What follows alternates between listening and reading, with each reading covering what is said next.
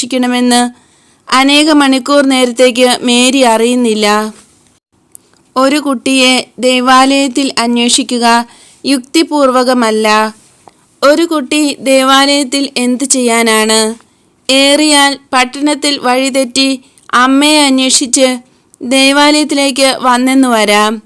എങ്കിൽ തന്നെ അവൻ്റെ കരച്ചിൽ കണ്ട് പുരോഹിതരോ മറ്റുള്ളവരോ ആരെങ്കിലും അവനെ മാതാപിതാക്കളെ ഏൽപ്പിക്കാൻ വേണ്ടത് ചെയ്യാതിരിക്കയില്ല. പടിവാതിലുകളിൽ ആ വിവരം അറിയിക്കുമായിരുന്നു.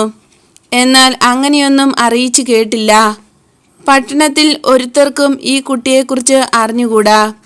സുന്ദരനോ, സ്വർണ്ണ നിറമുള്ള മുടിയോ, നല്ല ശക്തിയുള്ള ശരീരമോ, ഇതുപോലെ എത്രയെത്ര കുട്ടികൾ.